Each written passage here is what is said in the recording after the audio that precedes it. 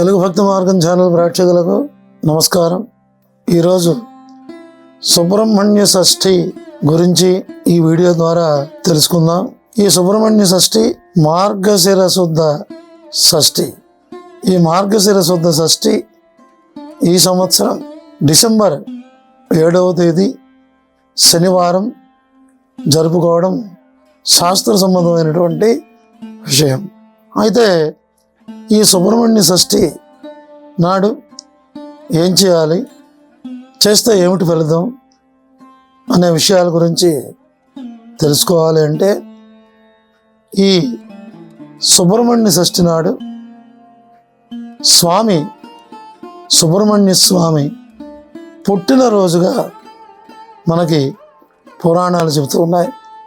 స్వామి జన్మదినం ముఖ్యంగా ఈ సుబ్రహ్మణ్య షష్ఠి స్వామి జన్మదినం నాడు బ్రాహ్మీ ముహూర్కాలంలో చక్కగా ప్రాతకాలానికి పూర్వం చక్కగా లేచి స్నాన సంధ్యాదులని కూడా చేసుకొని, ముఖ్యంగా సుబ్రహ్మణ్య స్వామి ప్రతిమను లేదా ఆలయాల్లోనైతే సుబ్రహ్మణ్య స్వామి విగ్రహానికి, మనం ఇంట్లో అయితే చక్కగా సుబ్రహ్మణ్య స్వామి యొక్క ప్రతిమను మనం ఉంచుకొని ఆ సుబ్రహ్మణ్య స్వామికి చక్కగా అభ్యంగన స్నానం చేసుకొని చక్కగా ఔషధులతోని ఆ సుగంధ ద్రవ్యములతోని స్వామికి స్నానం చేయించడం, చక్కగా శుభ్రంగా శుభ్రపరిచి స్వామివారికి వస్త్రాదులు ధరింపజేసి అలంకరణ చేసుకొని స్వామివారికి అర్చన చేయాలి.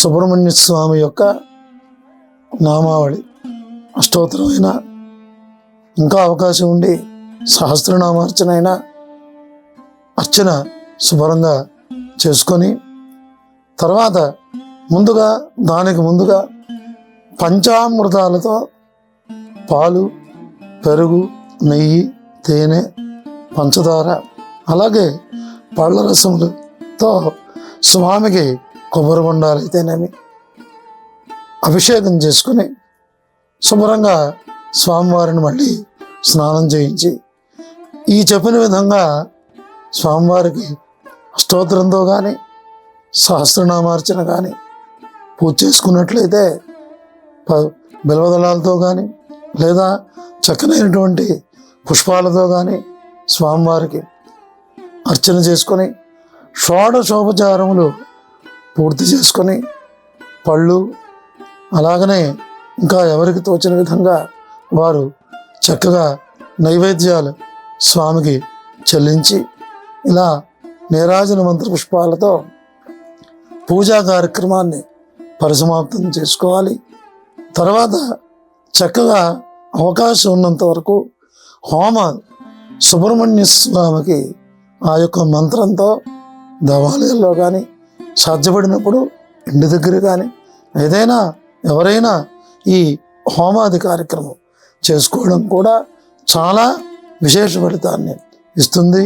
అందుకని హోమం కూడా చేసుకొని ఈ యొక్క సుబ్రహ్మణ్య స్వామి యొక్క పుట్టినరోజు యొక్క వేడుకని, ఆ యొక్క పూజా విధానాన్ని ఆ రోజు మా అందరం కూడా శ్రద్ధగా భక్తిగా చేసుకోవాలి. అయితే ఈ విధంగా చేసుకున్నందువల్ల ఏమిటి ఫలితం అంటే చక్కనైనటువంటి జ్ఞానం లభిస్తుంది.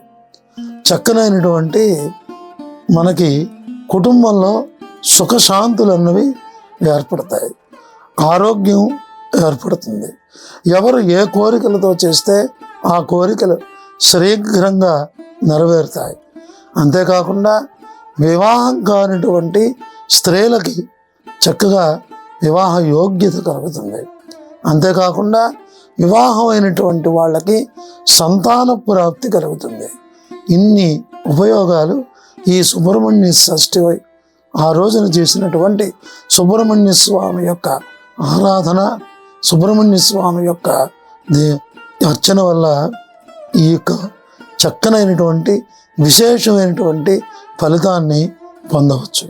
అందుకని ఆ రోజు ప్రతి ఒక్కరూ కూడా ఏ రకమైనటువంటి భేదము లేకుండా తప్పనిసరిగా స్వామివారి యొక్క అభిషేకం, అర్చన, అవసరమైతే హోమం లేదా సుబ్రహ్మణ్య స్వామికి సంబంధించినటువంటి స్తోత్ర పారాయణలైన ఆ రోజు చేసుకున్నట్లయితే తప్పనిసరిగా అందరూ సుఖశాంతులతో ఉండి కోరిన కోరికలు తీరి ఆ కుటుంబ సౌఖ్యం లభిస్తుందని తెలియజేస్తూ స్వస్తి.